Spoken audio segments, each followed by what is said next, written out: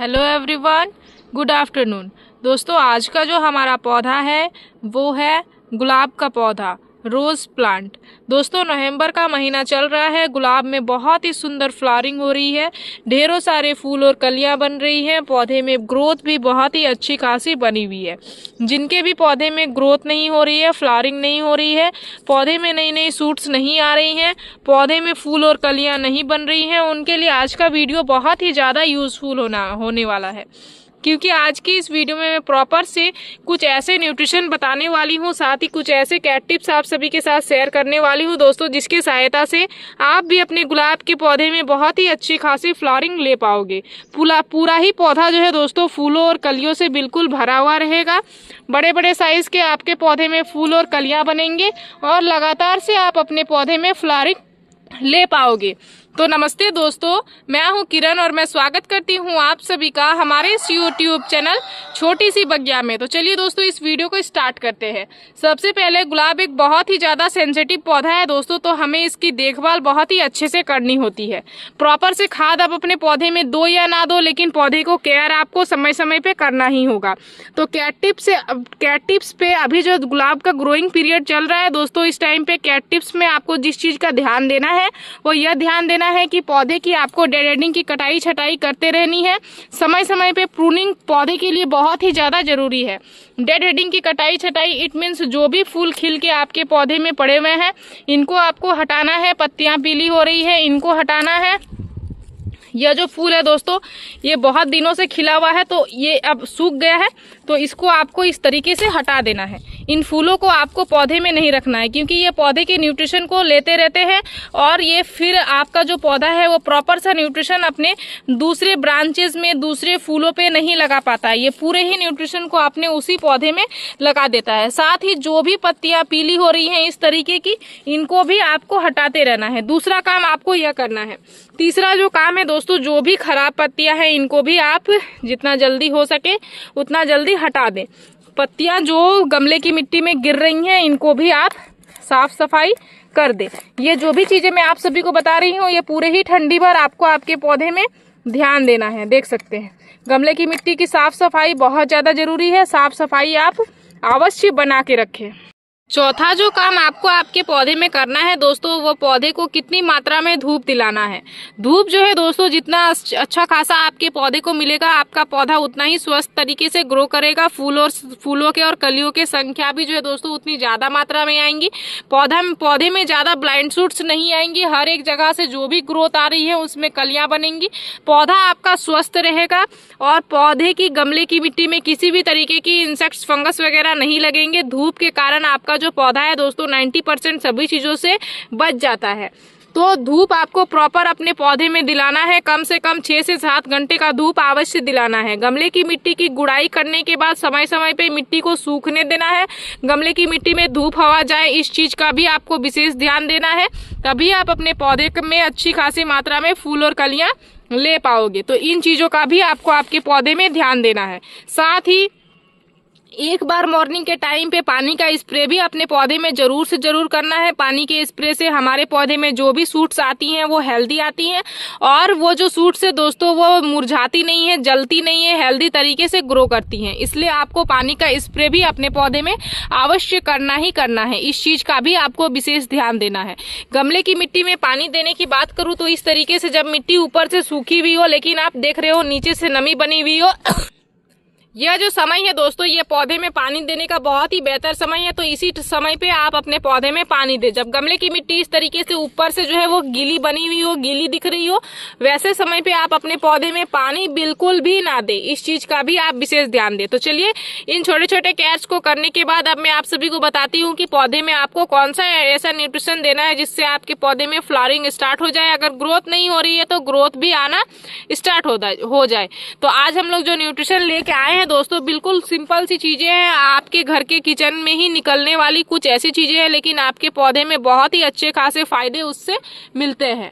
हम लोग गुलाब के पौधे में जिस चीज़ का न्यूट्रिशन इस्तेमाल करने वाले हैं दोस्तों, वो आप देख सकते हैं खाद के तौर पे आज हम लोग इन चीज़ों का इस्तेमाल करने वाले हैं। इसी से आपके गुलाब के पौधे में बहुत ही सुंदर ग्रोथ के साथ साथ फ्लावरिंग स्टार्ट हो जाएगी। दोनों ही आपके लिए एक वेस्ट चीज़ें हैं दोस्तों, लेकिन आपके गुलाब के पौधे के लिए एक प्रॉपर सा न्यूट्रिशन है, जिससे आपके पौधे में ढेरों सारे फूल और कलियाँ मिलेंगे, फूलों के साइज बड़े बड़े मिलेंगे और आपके पौधे में अगर ग्रोथ नहीं हो रही है तो ग्रोथ भी आना स्टार्ट हो जाएगी। तो यह जो चीज़ें दोस्तों, ये क्या क्या चीज़ें हैं, चलिए मैं सबसे पहले आप सभी को ये बताती हूँ। तो सबसे पहला चीज़ है वो है ये प्याज के छिलके। प्याज के छिलके का न्यूट्रिशन हमने बनाया है। इसको जो है दोस्तों, प्याज के छिलके को सुखाने के बाद अच्छे से मिक्सर ग्राइंडर में हमने ग्राइंड किया हुआ है। तो ये कुछ इस तरीके का निकल के आया हुआ है। इस तरीके से आपको करना है, या फिर आप लिक्विड के तौर पर भी इसका इस्तेमाल कर सकते हो। या प्याज के छिलके को अगर भिगो के आप रख देते हो तो उसका लिक्विड भी आप अपने पौधे में इस्तेमाल कर सकते हो, वो भी आपके पौधे में बहुत ही अच्छा खासा फायदा लाता है। लेकिन आज जो है दोस्तों, हम लोग इस पाउडर के फॉर्म में इस्तेमाल करने वाले हैं। तो सबसे पहले हम लोग ये जानते हैं कि इस प्याज के छिलके में कौन कौन से ऐसे पोषक तत्व पाए जाते हैं। तो सबसे पहले इसमें potassium, calcium, phosphorus, magnesium, sulphur, iron, nitrogen जैसे कुछ पोषक तत्व पाए जाते हैं। साथ ही इसमें बहुत सारे ऐसे माइक्रो न्यूट्रिशन भी होते हैं जो गुलाब के पौधे के लिए बहुत ही अच्छा खासा फायदे लाते हैं। ये जो है दोस्तों, पोटेशियम और कैल्शियम और अन्य जो पोषक तत्व मिलाकर पौधे की वृद्धि में बहुत ही अच्छे खासे बढ़ावा करते हैं। पौधे की जो ग्रोथ होती है दोस्तों, वो बहुत ही तेजी से होने लगती है सिर्फ और सिर्फ इस प्याज के छिलके के इस्तेमाल से ही। साथ ही ये मिट्टी की संरचना को और जल धारक क्षमता को भी बेहतर बनाती है। कीटों और जो भी एफिड्स माइट्स होती है उनसे भी पौधे को बचाने में बहुत ही अच्छे खासे मदद करती है, क्योंकि इसमें सल्फर की मात्रा पाई जाती है और प्याज के छिलके का गंध भी जो है दोस्तों, वो बहुत ही तेज होता है, जिस कारण से आपके गमले की मिट्टी में किसी भी तरीके की कीड़े मकोड़े, एफिड्स माइट्स भी नहीं लगती है। ये मजबूत जड़ बनाने के लिए, पौधे के लिए जड़ों की मजबूती के लिए एक बहुत ही अच्छा खासा पोषक तत्व माना जाता है दोस्तों। और फूलों और फलों के संख्या को बढ़ाने में भी इसमें जो पोटेशियम होता है वो बहुत ही अच्छा खासा कारगर काम करता है। ये पोटेशियम जो है आपके पौधे में ढेरों सारे फूल और फल बढ़ाने में बहुत ही अच्छा खासा मदद करता है। दूसरा जो हमारा फर्टिलाइजर है दोस्तों, ये जो आप देख सकते हैं, ये है एक्सेल्स फर्टिलाइजर। अंडे के छिलके से बना हुआ फर्टिलाइजर। अंडे के छिलके को अच्छे से ग्राइंड करके हमने इसको कुछ इस तरीके का पाउडर बनाया हुआ है। तो ये हमारा एक्सेल्स फर्टिलाइजर बनके तैयार हुआ है। एक्सेल्स फर्टिलाइजर जो है दोस्तों, ये अंडे के छिलके में बहुत ही अच्छी खासी मात्रा में कैल्शियम की मात्रा पाई जाती है, जो जड़ों को मजबूत बनाती है, मिट्टी की पीएच स्तर को संतुलित करती है। ये भी पौधे को कीटों और रोगों से बचाने में बहुत ही अच्छा खासा मदद करता है। कि अंडे के छिलके में कैल्शियम कार्बोनेट जो होता है दोस्तों, वो पौधे को जो जड़ होते हैं उसको भरपूर मात्रा में कैल्शियम की मात्रा मिलती है और हमारा जो पौधे का जड़ है वो बहुत ही स्वस्थ तरीके से ग्रो करता है। अगर 15 दिन में ये दोनों ही खाद का इस्तेमाल आप अपने गुलाब के पौधे में करते हो दोस्तों, तो आपका जो गुलाब का पौधा है वो ग्रोथ के साथ साथ ढेरों सारे फूल लेके आता है। पौधे में नई नई सूट्स आती हैं, हेल्दी सूट्स आती हैं, ब्लाइंड सूट्स कहीं से भी नहीं आती है, और बहुत सारे नए नए बड़े बड़े बेसल सूट्स भी आपको आपके पौधे में मिलते हैं।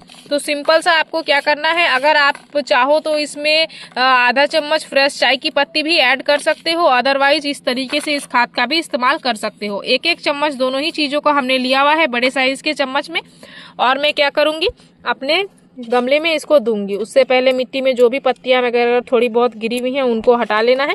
मिट्टी हमारी बहुत ही अच्छी खासी हल्की है दोस्तों, देख सकते हैं, क्योंकि मैं पौधे में वर्मी कंपोस्ट का इस्तेमाल करती हूँ तो मिट्टी हमारी कुछ इस तरीके से हल्की मिट्टी होती है। इस तरीके से जब मिट्टी हल्की हो तो इस तरीके से हल्की हल्की आपको ऊपर से गुड़ाई करना है, ज़्यादा गहरी नहीं गुड़ाई करना है। और इस खाद को इस तरीके से मिट्टी में डालना है। डालने के बाद इस तरीके से चारों ओर फैलाना है और फिर मिट्टी को ऊपर से इस तरीके से कवर कर देना है। इस तरीके से कवर करने के बाद ऊपर से आपको प्रॉपर पौधे में पानी दे देना है। देख सकते हैं हमने खाद दे दिया हुआ है, ऊपर से हम लोग अपने पौधे में दे देंगे इस तरीके से पानी। प्रॉपर सा आपको पानी दे देना है, उतना ही पानी देना है जितना आपका गमले का मिट्टी सोखे, उतना ज़्यादा भी पानी नहीं देना है जितना ड्रेनेज से आपका पूरा ही जो है वो न्यूट्रिशन ही बह के निकल जाए। तो इस तरीके से इस खाद का इस्तेमाल 15 दिन में एक बार आप अपने पौधे में कर सकते हो दोस्तों। 15 दिन में एक बार करने से ही आपको आपके पौधे में बहुत ही सुंदर रिजल्ट मिलना शुरू हो जाएगी।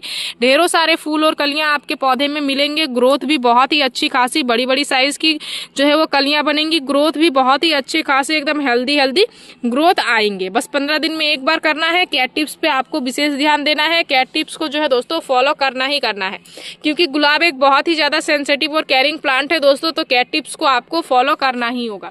तो मेरी इस वीडियो में दी गई जानकारी अगर आप सभी को अच्छी लगी दोस्तों, तो मेरे इस वीडियो को लाइक शेयर कमेंट जरूर कीजिएगा। अगर आप इस वीडियो के माध्यम से हमारे चैनल पर नए आए हैं तो प्लीज़ चैनल को सब्सक्राइब कर लीजिएगा, बेल आइकन जरूर प्रेस कीजिएगा, ताकि हमारी जो भी न्यू वीडियोस आएंगे उनके नोटिफिकेशन आप सभी को मिल जाएंगे। इस वीडियो को आपने पूरा देखा उसके लिए मैं आप सभी को तहे दिल से धन्यवाद देती हूँ। दोस्तों मिलते हैं एक अनदर वीडियो पे। नमस्कार।